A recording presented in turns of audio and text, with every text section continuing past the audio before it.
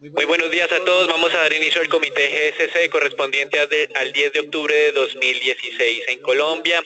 Comenzamos la semana en que el gobierno había prometido iba a iniciar el trámite de la reforma tributaria estructural. El día de hoy tuvimos oportunidad de escuchar al señor ministro de Hacienda, donde pues no se confirmaba una fecha como tal en que se iba a iniciar o que se iba a enviar al Congreso el proyecto.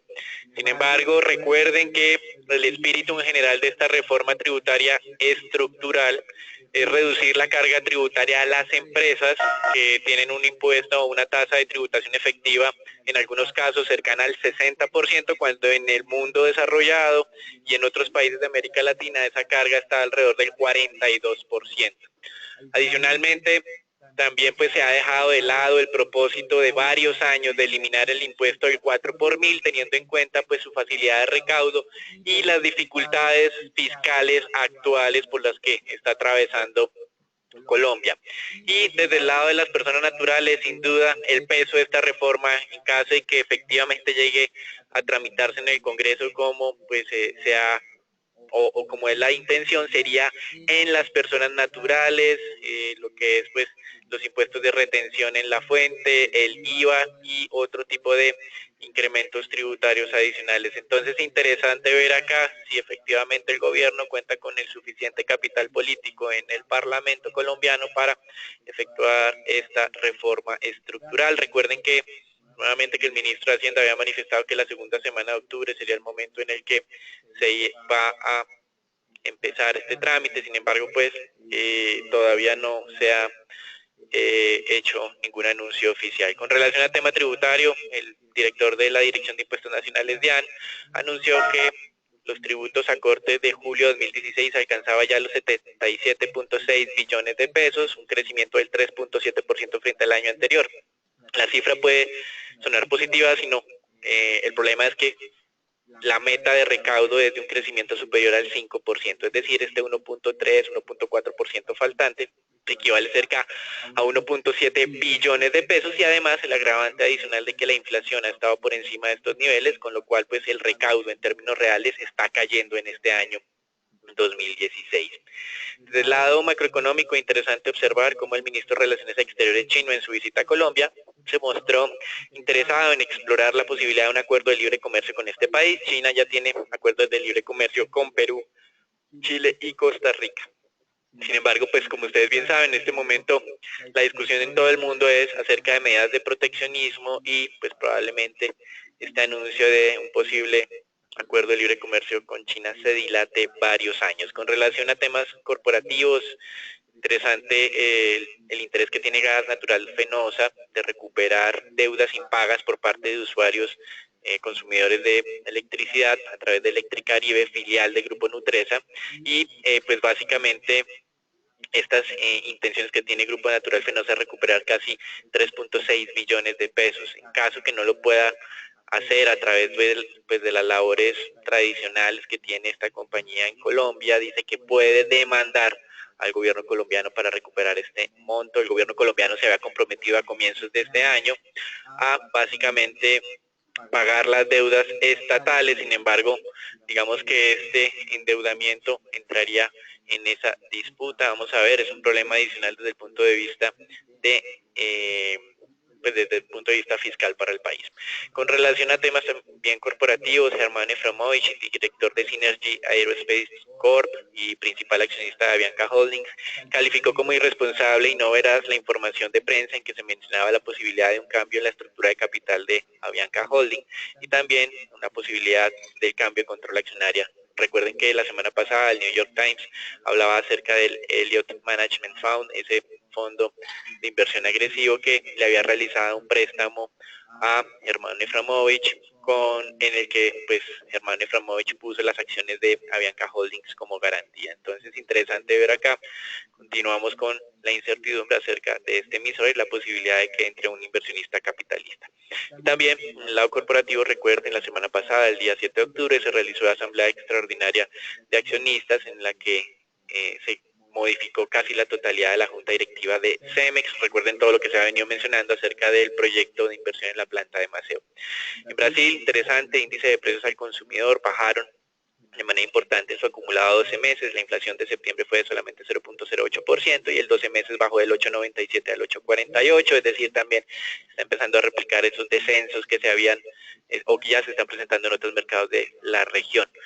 Básicamente los precios de alimentos jugaron un importante rol en este ajuste, al igual de lo sucedido en Colombia la semana pasada. Ahora, con relación a la posibilidad de que Brasil recupere grave inversión en el corto plazo, la firma calificadora Standard & Poor's mencionó explícitamente que en el corto plazo esto es un escenario muy poco factible, es decir, es difícil que Brasil llegue nuevamente al triple B menos, mientras que está demandando ajustes desde el lado fiscal un poco más agresivo y que efectivamente estos ajustes sean sostenidos. En México, a diferencia de lo que ha sucedido en el resto de América Latina, la inflación ha venido incrementándose, sin embargo, la base de comparación de México es totalmente diferente a los del resto de países de la región. La inflación en México subió de manera importante, impulsada por temas de alimentos. La inflación de septiembre fue del 0.61% y la inflación anualizada subió al 2.97%. Sin embargo, en México, el objetivo de largo plazo es de 3%, es decir, si bien es cierto la inflación subió rápidamente en el último mes, pues se mantiene cumpliendo esos objetivos de la entidad. En los Estados Unidos, el resultado del segundo debate presidencial entre Hillary Clinton y Donald Trump no mostraron cambios sustanciales en la percepción de las personas. Los sondeos antes de este debate era una ventaja cercana a 5 puntos porcentuales por parte de Hillary Clinton en contra de Donald Trump. Las últimas semanas no han sido las mejores para el candidato republicano y ayer, pues en ese nuevo debate, un sondeo flash realizado por CNN mostró que nuevamente Clinton, al igual que sucedió en el primer debate, fue la ganadora. 57% de los encuestados dijeron que Clinton había ganado y 34% que Trump. Sin embargo, interesante continuar haciendo seguimiento, pues las intenciones de voto parecen ser un poco más ajustadas que estos sondeos de quién ganó un debate o no. Con relación a miembros de la Reserva Federal, ha vuelto a hablar Loretta Mester, claramente enmarcada en el grupo de codirectores o gobernadores más bien de la Reserva Federal que buscan un incremento de tasa lo antes posible. Ha vuelto a reiterar que los argumentos para incrementar la tasa están dadas, están fortalecidos con los datos económicos conocidos en las últimas semanas.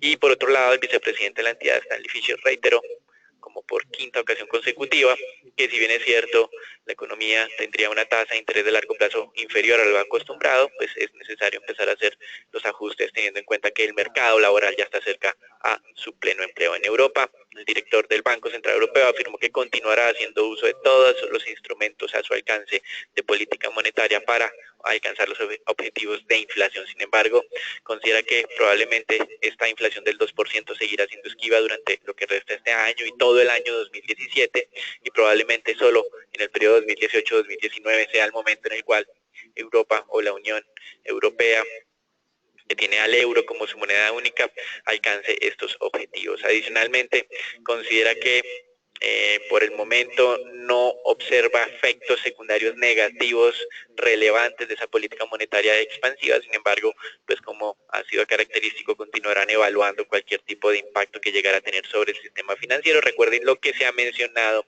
frente a esas tasas de interés negativo y los impactos sobre el sistema bancario y la dificultad que tendría entonces este sistema bancario para transmitir esa política monetaria expansiva en caso de que se mantenga este ajuste con tasas de interés negativas. Con relación a Alemania, una nueva crítica del ministro de Finanzas a esa tasa o a esa política monetaria ultra expansiva, afirmando que el Fondo Monetario Internacional también había advertido sobre las consecuencias de una política monetaria ultra laxa. Recuerden que en Alemania el interés es tratar de preservar los intereses de los ahorradores. Alemania característicamente es un país en el que las personas hacen planeación de largo plazo y tienen ahorros importantes y los bajos niveles de rentabilidad los están afectando. Por eso su ministro de Finanzas ha criticado abiertamente por varios trimestres la política monetaria de tasas de interés negativas.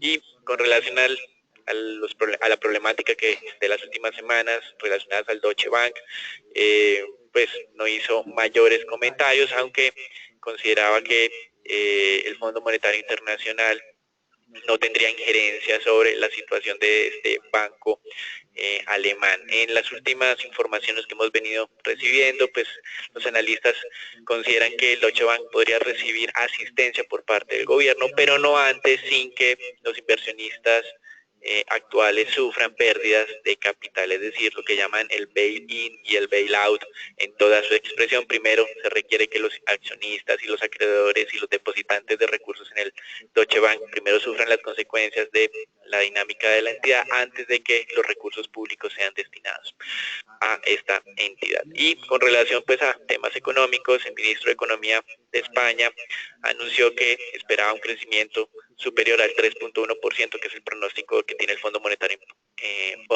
Internacional sobre España, que creía que el consumo de los hogares y el tema del sector turístico los estaba ayudando. Para esta entidad espera, o más bien el ministro de Economía de España espera un crecimiento cercano al 3.2%. España nuevamente diferenciándose del resto de Europa, pero ya está moderando aparentemente esta dinámica positiva. Recuerden la problemática de tipo político en el que está España desde diciembre del año pasado, en que ha sido prácticamente imposible la conformación de un gobierno de coalición. Y con relación a temas de sentimiento de la zona euro, ese indicador que calcula Centix subió a niveles de 8.5 a 8.5 en octubre de 2016, en septiembre estaba en 5.6, es decir, básicamente seguimos con un impacto relativamente moderado de lo que fue el referendo Brexit el pasado 23 de junio en Japón.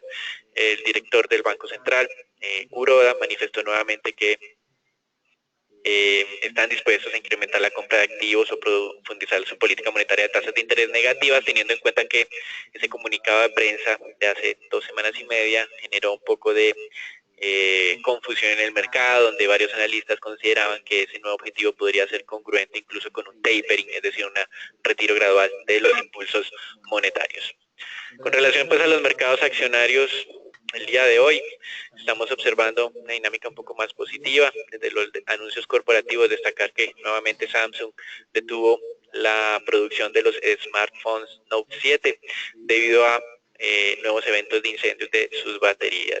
La semana pasada cerrábamos con algunas preocupaciones en Wall Street por la tendencia a la baja de la libra esterlina, pero pues digamos que esta semana aparentemente ha retornado la tranquilidad. Recuerden que hoy hay un feriado en Estados Unidos, sin embargo el mercado accionario se va a permanecer abierto, es decir, se va a haber negociaciones de acciones, pero no necesariamente un mercado muy profundo de bonos.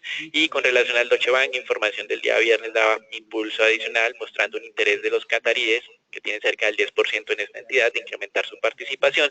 Sin embargo, otros analistas consideraban que esto pues no podría ser tan factible, teniendo en cuenta que cuando pasa de ese umbral del 10% de participación, la regulación desde el punto de vista de propiedad es más estricta y pues tal vez ese fondo soberano catarí no estaría tan dispuesto a asumir esos requerimientos adicionales. Esto es discusión que se está teniendo actualmente en los mercados. Hoy Deutsche Bank vuelve a caer un poco más del 2%. Eso es todo por ahora.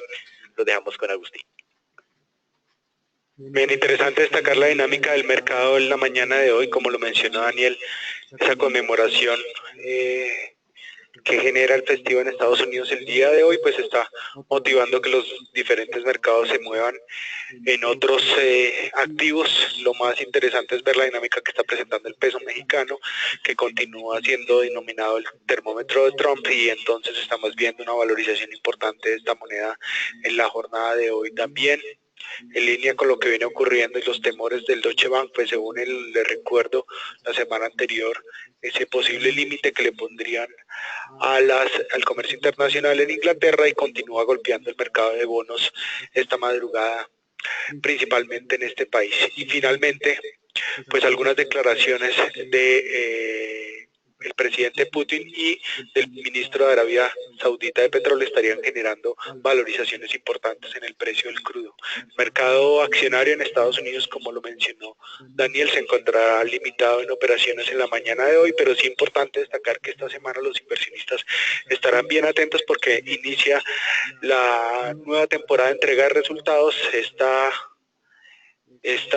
La jornada de mañana iniciará Alcoa entregando resultados, y por ahora los analistas prevén una contracción del 1.6% en las ganancias de este tercer trimestre para las acciones del Standard & Poor's, lo que demostraría por sexta jornada consecutiva de resultados que las compañías en Estados Unidos se vienen limitando. Sin embargo, pues importante recordarles que durante las dos últimas entregas, a pesar de estas menores expectativas de resultados, la gran mayoría, más del 70% de las compañías ha sorprendido favorablemente a los inversionistas en Estados Unidos.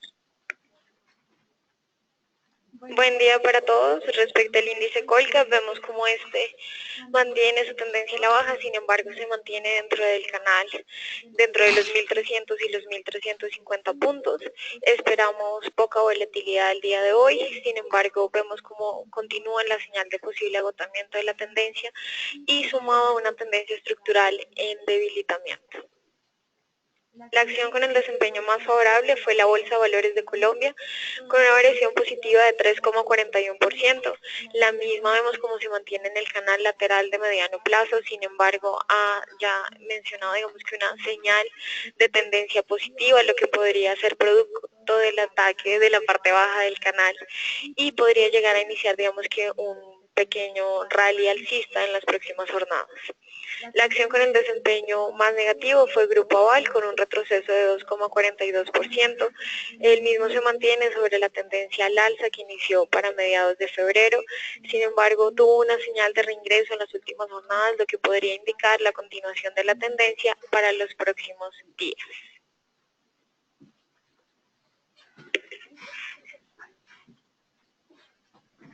Buenos días para todos. En cuanto a lo que fue la evolución semanal del mercado de renta variable local, después de 3 semanas de caídas en el índice Colcap, observamos al fin una semana, pues digamos que algo positiva. Dentro de las variaciones individuales por acciones, las que más resaltan son la variación de Cemex y la variación de Ecopetrol, en donde pues las dos son positivas y la primera pues se da por una corrección después del fuerte castigo por parte del mercado, dado el escándalo que estalló hace prácticamente 2 semanas, y la segunda, el incremento en Ecopetrol del 5,2, no solamente está apoyado en ese incremento del crudo del 3,3% que ya lleva 3 semanas al alza, sino también en el nuevo plan de negocio a 2020 que fue planteado a un precio de 50 actualmente, en el cual pues ya se encuentra actualmente el precio del crudo. Por lo tanto, pues digamos que esas variaciones positivas en Ecopetrol podrían continuar. Esta semana no tendremos datos tan determinantes para el mercado de renta variable. El precio actual del crudo beneficia el view sobre mercados emergentes, y el único factor de riesgo que no vemos muy probable que se presente durante estos días es la reforma tributaria, en donde se ha venido digamos hablando sobre un gravamen a los dividendos de las compañías. Por lo tanto, pensamos que esta semana podríamos tener una semana, digamos, positiva para el índice. En cuanto a anuncios por compañías, 2 anuncios ya pues comentados por Daniel, la aclaración por parte de Germán Efremovich en Avianca, y pues también en Isagen mencionarles que el 1 de noviembre se realizará la Asamblea General de Accionistas para deslistar la acción de bolsa.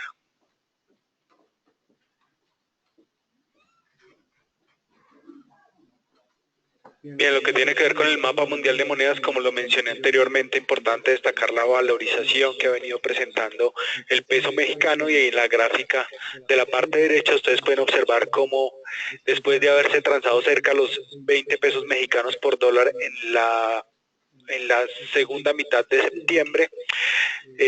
Interesante destacar cómo después del primer debate que fue llevado a cabo el 26 de septiembre hemos visto una valorización de más del 5% en esta moneda, algo que está señalando de manera clara que los últimos 2 debates habría podido ganar la señora Hillary Clinton. De hecho, en una encuesta realizada después del debate de la noche anterior, 57% de los encuestados manifestó o estar de acuerdo con esta postura. También importante destacar que el dólar, y ustedes pueden ver aquí, principalmente en los países de Europa, continúa fortaleciéndose esta mañana, incrementando en su valor cerca de 0,20% y manteniendo el DXY por encima de la zona de los 96 puntos, algo que señala de manera clara que los inversionistas continúan con esa alta expectativa de que la Reserva Federal incrementaría sus tasas de referencia en la reunión del mes de diciembre. El peso colombiano, pues les recuerdo, el día de hoy el mercado se encontrará operando next day.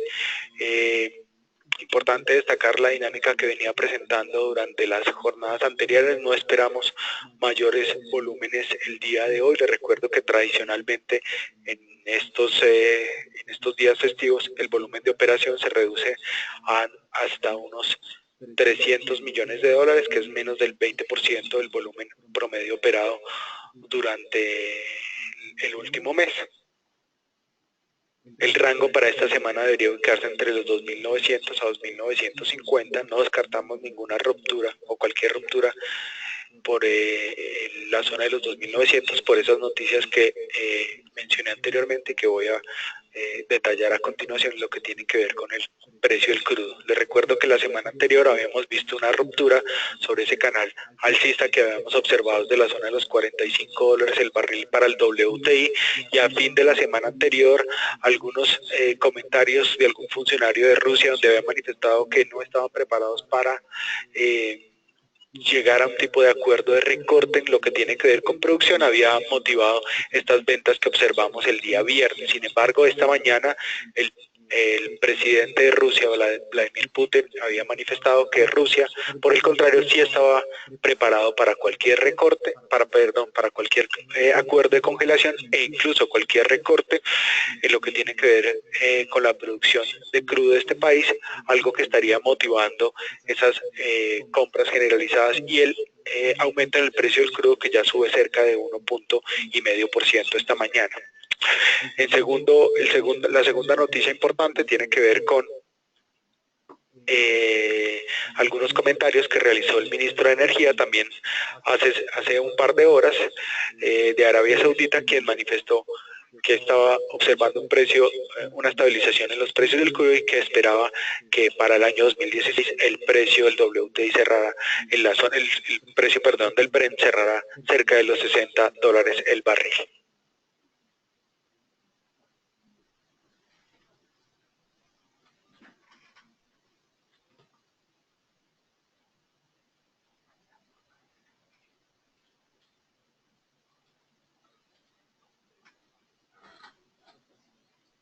Gracias, Agustín. Con relación a los mercados de renta fija, ustedes ven un mapa claramente rojo. En Reino Unido estamos observando incrementos de tasas en lo que tiene que ver 2, 3, 15 y 30 años, equivalente a 2 puntos básicos, y en la parte media 5, 7 y 10 años, equivalente a 3 puntos básicos. Es decir, un punto básico más en la parte media, lo cual supondría como una mayor curvatura, una mayor convexidad de la curva de rendimientos en este país. De todas maneras, hay que continuar haciendo seguimiento a lo que viene sucediendo con los títulos de referencia, los títulos a 10 años, que ya superan nuevamente una tasa de rendimiento exigida del 1%, es decir, todos esos temores que surgieron luego del tema del Brexit, que hicieron bajar las tasas en Reino Unido, pues se están disipando. En ese momento las tasas alcanzaron a llegar al 0.50% y estamos hablando del doble en términos de rentabilidad. Con relación a Colombia, viernes pasado el Ministerio de Hacienda publicó los flujos, o más bien las tenencias de test por parte de los diferentes participantes de mercado. Interesante la conclusión que hemos obtenido. Se mantiene inversionistas extranjeros como los principales compradores de deuda. De hecho, el saldo de la deuda colombiana subió en 2.8 billones y los extranjeros incrementaron sus tenencias en 2.6. Prácticamente el 100% del incremento de la emisión fue absorbida por estos participantes de mercado, que ya tienen el 23.2%, como pueden ver en la gráfica inferior de la izquierda, del total de la emisión de TES en Colombia. Y pues como mencionábamos hace cerca de un mes, de mantener esa tendencia, ya hoy, 11 meses adelante, serían los principales inversionistas de la deuda pública por encima de los fondos de pensiones. Acá en la gráfica inferior derecha ustedes observan los flujos de inversión extranjera de portafolio. La línea verde es la cifra que medimos a través de la balanza cambiaria que publica el Banco de la República. Esta línea verde solo está acumulada el 23 de septiembre. Ha marcado un poco más de 800, 900 millones de dólares de ingresos, y como ustedes pueden ver, la barra azul, pues como manifestábamos abiertamente, deuda pública colombiana, pues es el principal motor de inversión. En el tema accionario, los extranjeros, al igual que hemos mostrado o mostramos la semana pasada, siguen teniendo un comportamiento errático, no es tan destacable como es en temas de renta fija. Eso es todo por ahora, los dejamos con Felipe. Buenos días a todos. En el tema TES sigue la volatilidad. El día viernes vimos cómo se operó en un rango de 10 puntos básicos desde 12 puntos básicos desde el 6.90 al 7.02. El mercado muy a la expectativa de la presentación de la reforma tributaria por parte del gobierno en el Congreso. por lo cual seguimos manteniendo nuestra recomendación de operar en los extremos cercanos a la zona del 710, 705 largos, cercanos a la zona del 685, 680 cortos. Realmente igual el mercado se vio un poco afectado también el viernes por la subida de los bonos del Tesoro hasta el 1.75 para terminar al 1.72, no pudo romper esa media móvil 200 que tiene 1.74.5, por lo cual es importante también monitorearlo y monitorear, como bien lo decía Daniel y Agustín, el tema de los bonos en el Reino Unido, que también va a impactar a la renta fija internacional. De resto, desearles a todos un excelente día y muchas gracias por compartir el comité con nosotros.